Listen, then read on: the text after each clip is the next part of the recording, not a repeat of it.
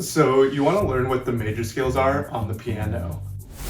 I'm going to help you learn the major scales faster than any other video on YouTube. Knowing how scales function helps you pick up new songs faster and takes your piano playing abilities and sight reading abilities to a whole other level.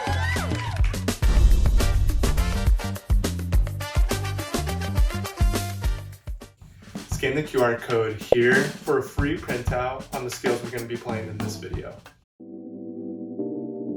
Let's get started with what we'll be covering in this video.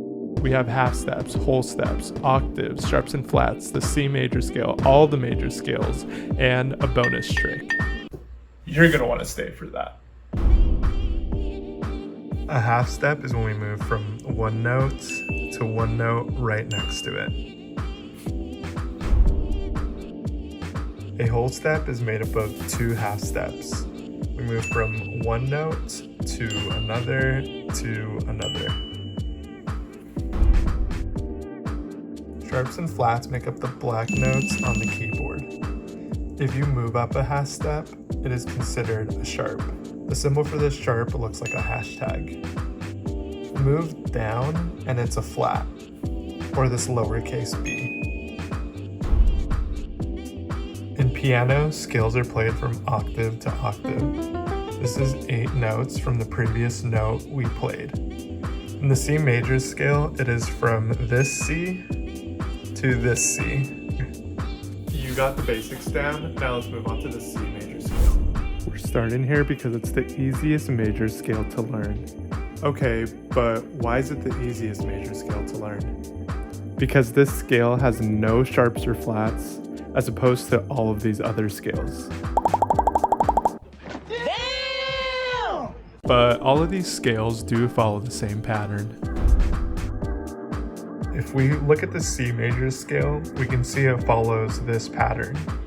It goes whole step, half step, whole step, whole step, whole step, half step. All the major scales follow this pattern. It doesn't matter where you start. For example, let's look at the G major scale, which has an F sharp. You start at G, and it goes whole step, half step, whole step, whole step, whole step, half step. We used our pattern on G to find out which sharps it had. What if we start from one of these black notes? Good question. The same whole step, half step pattern applies, but there's another rule we still haven't talked about. When starting scales from the black notes, you can either start from a sharp or flat. So what should we start with? Let's do a sharp example. Let's start this scale with D sharp. Whole step F double sharp, half step G sharp. We can do this, but having two Fs in our scale is confusing. So how do we simplify this? Let's use flats instead of sharps and use our whole step, half step pattern we just learned.